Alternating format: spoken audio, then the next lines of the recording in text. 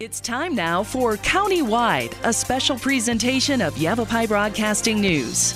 Join Paul David and Jen Cohen as they talk with our community's leaders, newsmakers, and people in the know. You'll hear about the hot topics that affect all our lives in Yavapai County. And now, here's today's Countywide. Welcome to Countywide. I'm Paul David. As always, it is great to have you in studio today. Kaibab National Forest Acting Fire Staff Officer Drew Leiendecker is in studio. We're going to be talking about the Kaibab National Forest. We've talked about the Coconino, the Prescott, and we always try to get somebody from Kaibab to come down and talk about the Kaibab National Forest. So thanks for driving down and being in studio with me today. Thanks for having me. Okay, let's jump right into it. Art Askew? Art Babbitt, who he usually comes down here, but you're filling in for him because he's in New Mexico. Yeah, Art Gonzalez. Art Gonzalez, yes. He's gone right now, so Drew is filling in for him, and so he came down, and he's going to fill us in on how things are going on the Kaibab National Forest. Let's start right there. How are things going on the Kaibab National Forest? Well, they're going really well right now. We're wet. Yeah. And so it's kind of unfamiliar territory for us based on the past few years. Are you guys sitting around kind of twiddling your thumbs, wondering what to do and all that good stuff? Because, I mean, we compared this with last year with Coconino and the Kaibab, both too, or a Prescott, I should say, that last year was such a difference than this year. We would be in, Jackie sent down some dates, and it was like early May, stage 1 fire restrictions, mid-May, sometimes stage 2 fire restrictions, by June closures going into place. We've not seen any of that stuff yet.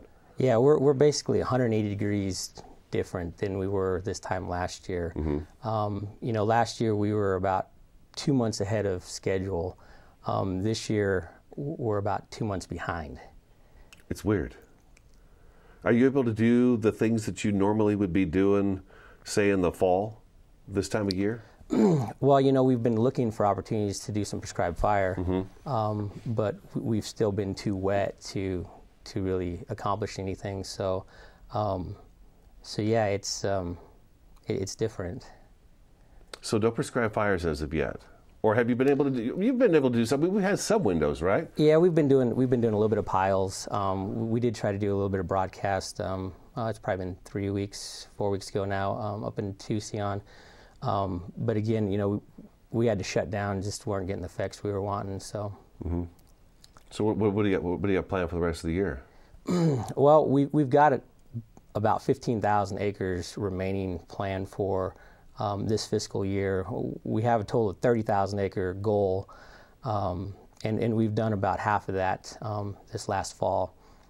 But yeah, we've got about 15,000 left, and waiting for opportunities to get back to it. Have we seen years like this before? You said you've been looking it up, and you had to go back in time a little ways. Yeah, so I had to go back and look pretty far. So we'd been making some comparisons, early on this year to some of the previous years. In the past 10, 15 years, 2010 being one of them. But basically, the April and May that we've had now, I had to go back to about 1992. To find an April-May trend that was very similar to where we're at right now. It has been one of the wettest. I can only remember, since I've been doing news for radio, there's only one other time, and I can't remember what year it was, but there was a year where we literally had wetness through May, which is May, the Weather Service says May is typically our second driest month, with June being the driest month of the year, where we went through May with, like we have right now, where here we are, where we had snow over this Memorial Day weekend. It snowed in Flagstaff, I think 3 or 4 times in the last week now, which is just unheard of. 6 to 8 times it's only happened in the past since 1898, I think is when they got the weather record starting. So, I mean, that right there is just very unique. I was standing in the sun yesterday with snow pellets coming down and hitting me, which was really bizarre too. Only in Arizona can you have that happen. But where it actually got all the way through May, nice and wet, and then June for some reason stayed wet as well. And then I always thought you had to really have that heat to get the monsoon fired up, but enough heat happened, and then all of a sudden monsoon hit in July, August, and it was like this super soaker, and then boom, right back into winter again. Yeah, so I can tell you, right now as we move into June, we're currently sitting at the second wettest, that we've been going into June over the past 25 years. Okay. The wettest being 2005. That year beats us out by a couple inches, mainly because we had more winter moisture. But yeah, so we're going into fire season here as the second wettest we've seen in the past 25 years. So Kaibab National Forest is unique. You guys, well, all the forests are pretty unique here because there's so many different ranges. But is one area different? Because you got the Tucson, the Williams. Is there one area that is I guess more prone to wildfires than others on the Kaibab?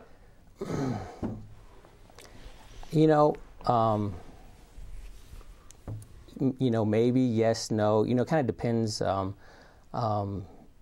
There's obviously places that our lightning strikes tend to favor certain terrain and stuff. So you can see some trends usually there, and then the other one is just usually related to recreational use.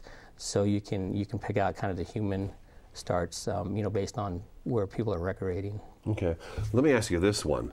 You've got it's been over the last, I want to say last decade now. We've been doing a lot of fire mitigation work around communities and stuff. Are you guys on track with that? Are you falling behind? But it's weird to say you're falling behind because of the weather, because it's not a bad thing to have this happening, because we started our wildfire PSAs in the station towards the end of February. And I'm still kind of waiting for that wildfire season this year to kind of actually kick into gear. But are there areas where this year you were kind of hoping, wow, we really needed to get up near Tucson or this area, really need to get that going, and we just haven't been able to do that this year? I would say no. We've been working really hard, the past couple decades on the Kaibab, both with prescribed fire and with wildfire, to do a lot of that fuel mitigation. And it's just the nature of the game. Some years we have bigger windows than others. We have targets and we try to hit those numbers, but basically when we have the windows, we don't stop at the target. We try to get what conditions allow, mm-hmm. and then knowing that we're going to have years like this that are wetter where maybe we won't get that target for that year. So it's just kind of the nature of the game, and we try to just be flexible and be able to get what the weather provides. I've noticed that some days I'll get something that says, okay, we're gonna do some prescribed burning from, say, Wednesday through Friday. I'm gonna say Tucson again, just because that's the most recent one I can think mm-hmm. of. But then we get these weather systems come in, and it's like, well, no, so that area is getting the moisture, but then maybe we'll go over here and work on this burn area. So where are you burning right now, or hoping to burn this year? So the stuff that we have remaining this year, we have you said like 15,000 acres? Yeah, 15,000 acres. So on the Williams district, we have probably about 10,000 acres there. Where at on the Williams? So Sunflower flat area. Okay. We have a few thousand acres out there. We're also looking at a few thousand acres on the Sisters Project, which is just north of Williams there. Okay. In the hills right there.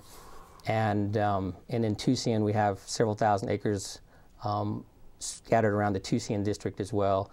And then about another 5,000 acres up on the North Kaibab around Jacob Lake. Okay, so these are all the breakers around these communities and to protect the communities and the watersheds. So if a wildfire, a big one did happen up like the Wallow Fire, the Rodeo Cheddar Sky, something like that, it's going to hit these breakers and kind of be able to slow down. And that's where you go and you get the ladder views off the bottom of the trees, you get the grasses burned off, that undercarriage all burned off, and all that good stuff. We got to take our first break, okay?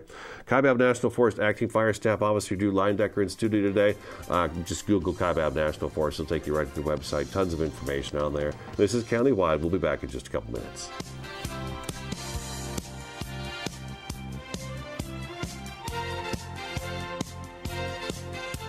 It appears these hot ashes are about to be dumped, which could possibly start a wildfire. How will Smokey deal with such a hot situation? The garden hose defense. Next, a thorough stir. Then another spray. And finally, feeling if the ashes are cool. Oh, yeah. Ah, yes, the selfie. A ritual practiced so frequently with this tribe, but not so much by Smokey Bear. Only you can prevent wildfires. Making was a big part of the foundation of what I wanted my children to do and to have fun with. Growing up in the Bushnell house was like Nutty Professor craziness. I know, that's true. Getting burned on a hot glue gun, that was okay. You know, burning themselves with a soldering iron, that was okay. I was 6 when I learned how to solder. We learned how to paint, we learned how to sheetrock, and all these things had such lasting impact. I felt that creativity would give them entree into being able to do anything they wanted. Whatever we showed our dad, it was always the coolest thing in the world to him. Good ideas are very often considered silly at their onset. And by that definition, we haven't even really grown up, you know? I mean, the projects have just gotten bigger. We all make and have fun. Now the question is, why do you make? Share your own Why I Make story today. Visit whyimake.org.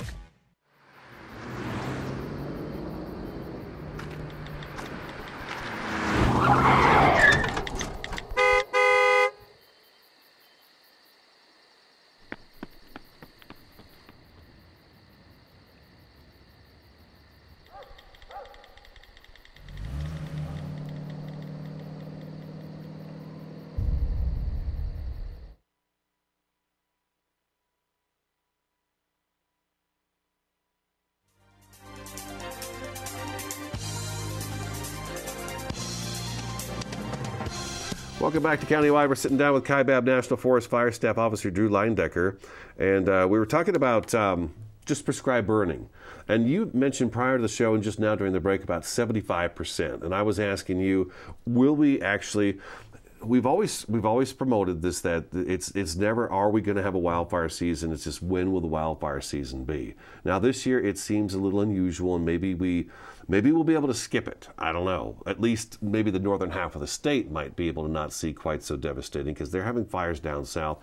Sunset Point Rest Area had a wildfire over the weekend from a car that pulled over the side of the road and burned on Sunday. I don't know how Sunset Point Rest Area burns. It seems like it burns all the time, but they had a fire there.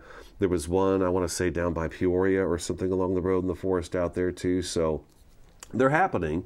They just seem to be Black Canyon City south of us or Sunset Point south of us. Are we going to have a wildfire season up north? Well, there's one thing I've been saying about wet years and dry years. The one thing that they all have in common is that they have a fire season. So, a few years ago, we went through and we looked at our fire history data, and we correlated it back to the weather conditions and basically looked at trends and basically what kind of conditions do we need to have, a large or troublesome fire. And so through that analysis, we basically saw that basically the 75th percentile in our weather is where we see that break of really kind of fire season, really picks up. We see increased number of starts, and we see fires start to get big. Now at that level, not necessarily every fire gets big, but if you have a start in the right place, under the right conditions, then it can go big and be troublesome. So the Tinder fire last year on the Coconino was an example of that. We had just hit that kind of 75th percentile condition. We'd went into stage 1 restrictions. That was up by Blue Ridge Reservoir. That's correct. Okay, keep going. And it was a fire that was at the bottom of a slope. So you had slope, you had wind, and then the fuel load for that fire to get up and go. So that 70th percentile is kind of what we look at as fire season. Now, of course, we can have fires occur below that threshold, but that's where we see, really the numbers pick up of starts, and then they start to be troublesome. So, will we see that this year? Basically, where we sit right now is on an average year, we're 2 months behind. We're sitting at end of May or end of March, early April by our indices. Mm-hmm. So, on an average year, we see that 70th we hit that 70th percentile right about now, right around Memorial Day, and then maintain it through until mid-July,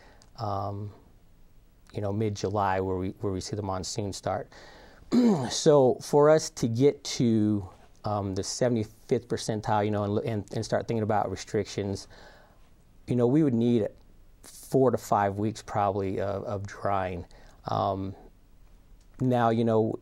maybe a little bit less, but somewhere in that neighborhood. When I went back and looked at previous years and trying to track trends that were similar to where we're sitting right now, I said 92 was a year that was very similar. March or May, yeah. April and May, and so that year they did reach the 75th percentile, but it was like for about a week, the very end of June and early July.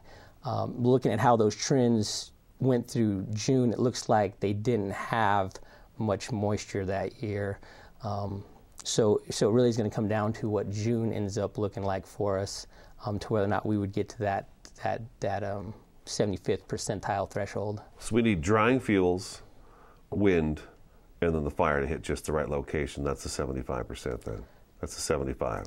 Well, yeah. Is that right? Well, the 75th percentile weather conditions, so temperature, fuel moistures, and such, at that level, then with a little bit some wind, fuels, then you can have a fire go big. Kaibab had a banner winter though, right? I mean, the big logs sitting out in the forest right now, they've got to still be just really soaked. Yep.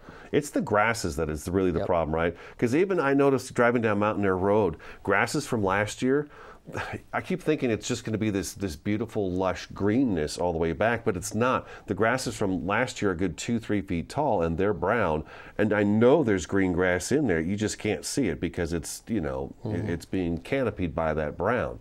So we've got last year's growth prior to winter there. We got this year's growth in there. So I mean, by next year, if let's say we don't have a big wildfire season this year, it could be really nasty next year, could it not? Yeah, we tend to, in the Southwest, we tend to see large fire seasons following wet years because we have that increase in fine fuel load. Okay, that makes sense, yeah. And then there's areas like, I would say, Prescott Valley, Chino Valley, where it's the grasslands where the antelope roam and everything, that those seem to burn really fast too. So, yeah, I was kind of thinking to myself, okay, if we don't have a wildfire season this year, what kind of growth are we going to have for next year? I mean, it's great to have the year we're having. It really is. It's fantastic. And it's got to be just sopping wet on the Kaibab, right? Yeah, we are pretty wet. Yeah. But you always have to consider, we've been in a drought for almost 20 years, and so that doesn't get erased overnight either. Sure. So we're wet, but there's a lot of dead fuels out there as a result of ongoing drought, and our live fuel moistures right now, they don't tend, our pine doesn't tend to really increase fuel moisture until right about now or mid-June, and so as of right now, our fuel moistures, our live fuel moisture, and our pine are really low. Still, I'm expecting once they flip the switch that they're going to respond well this year because of the amount of winter moisture. But just for an example, 2002 was another very dry year around the Southwest, and so if you look at our live fuel moistures for 2002, our past 10-year average is lower than what they were in 2002. So that, just accumulating drought. Our vegetation just recovers less and less every year. So while, it's great to have this moisture, but, we don't get out of drought overnight. So yeah, and we're in the Southwest, so drought is just kind of a way of life for us anyways. It's bound to come back. It fluctuates. I did notice before we go to break that the entire country right now, other than the deep southern point of California, all drought conditions have been alleviated dramatically from what they were this time last year. So that's a good thing too. Kaibab National Forest Acting Fire Staff Officer Drew Leiendecker in studio today. This is Countywide. We'll take a quick break and come right back.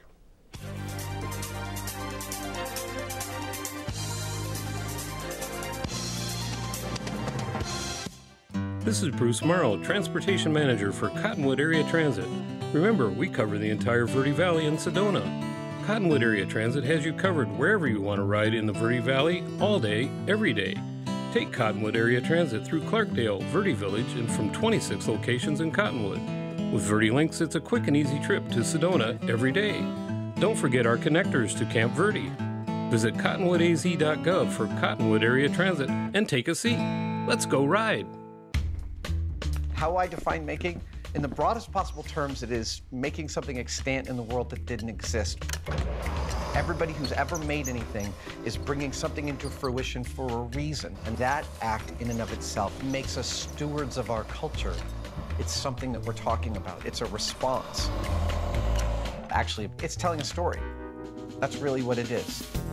And I include everything that could be made: painting, sculpture, welding, all of that. Yellow is positive. When a kid gets their hands on the world and learns that they can make their fantasy play, that they can make their reality, that's power. And as far as I'm concerned, everyone should feel that kind of power. There we go. If there's something that interests you to bring into the world, that's fantastic. Go figure out how to do it. Go tell your own story. There it is. And so I want to know why you make. Let's go. Share your own Why I Make story today. Visit whyimake.org. 150 over 90. 180 over 111. 160 over 110. I had a stroke. This is what high blood pressure looks like. You might not feel its symptoms, but the results from a stroke are far from invisible or silent. If you've come off your treatment plan, get back on it, or talk with your doctor to create an exercise, diet, and medication plan that works for you. Go to loweryourhbp.org. If I would have followed a treatment plan, I would not be in this situation.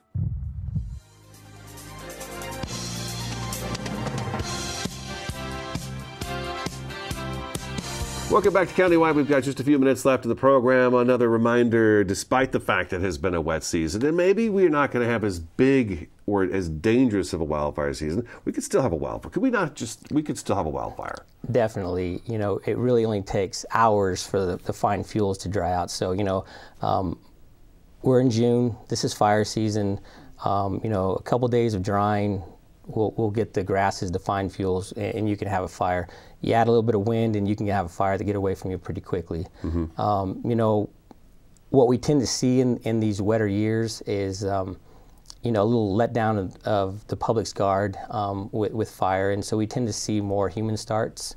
When we've been wetter, people just think, oh, you know, it's been wet, so I don't need to worry about it as much, and really that's not the case. Like I said, it really only takes a couple hours for the fuels, the fine fuels that are going to carry the fire to dry out. You're talking about those tall grasses that got rained on yesterday. Yep. If we had 30, 40 mile an hour wind gusts today, it would literally take a couple hours for that to go out. I could flick a cigarette up out the window, drag a chain, it sparks that grass, and boom, off it goes, right? Absolutely. Okay, all right. And then we've got the bigger fuels, the sticks and stuff. What are those called? The sticks and the branches? Yeah, so we have the 10 hour, 100 hour, 1,000 fuels. Okay, 10 hour. And the big logs are the 1,000? 1,000, yeah. 1,000 ones, okay. So, but the finer fuels is what's going to catch it and get it going. Mm-hmm. That's our tinder. And then once it gets going, as it's burning and getting hotter and hotter and hotter, it's just drying everything out in front of it anyways. Sure. And creating its own weather in there and doing its own thing. Have we let any resources off this year that we typically have in Arizona at this time of the year? Because I know as the year progresses, the resources leave Arizona and kind of travel up the west coast as wildfire season kind of continues up. Yeah, you know, I mean, you know, across the Southwest, we've been really, you know, we tend to kind of kick things off with fire season, but you know, we've been really slow across the Southwest, and you know, we've sent our helicopter down to the Coronado and stuff, but for the most part, there hasn't been a lot of activity, so we haven't been sending folks because there hasn't been stuff going on. Okay, so our resources are kind of staying put until our wildfire season kind of comes to an end, which is typically what, well, not end, but less likely by July. And then July, I should ask you really quick too, you guys, if there's lightning strikes that ignite a fire out there, you guys may or may not use them for management purposes. Absolutely. You know, we evaluate all of our natural ignitions and look for opportunities to use that to you know, have benefit to the landscape. Sure, natural cleanage of the forest floor, like the maroon fire that's burning about 16 miles, I want to say northeast of Flagstaff right now in the Cinder Pit area. It's just kind of doing its thing and crawling along in there. They're saying how that is such a unique area. The cinder and the juniper really hold that heat, and they've talked about how it's rained on it and snowed on it, and a couple weeks later, all of a sudden, it looks like it's out, and it'll just kind of perk up with some wind and some dryness, and off it goes. So, Drew, thank you so much for coming in. Yep. I appreciate you coming in and filling us in on the Kaibab National Forest. That is today's Countywide. Thank you so much for watching and listening, and we'll talk to you again next time.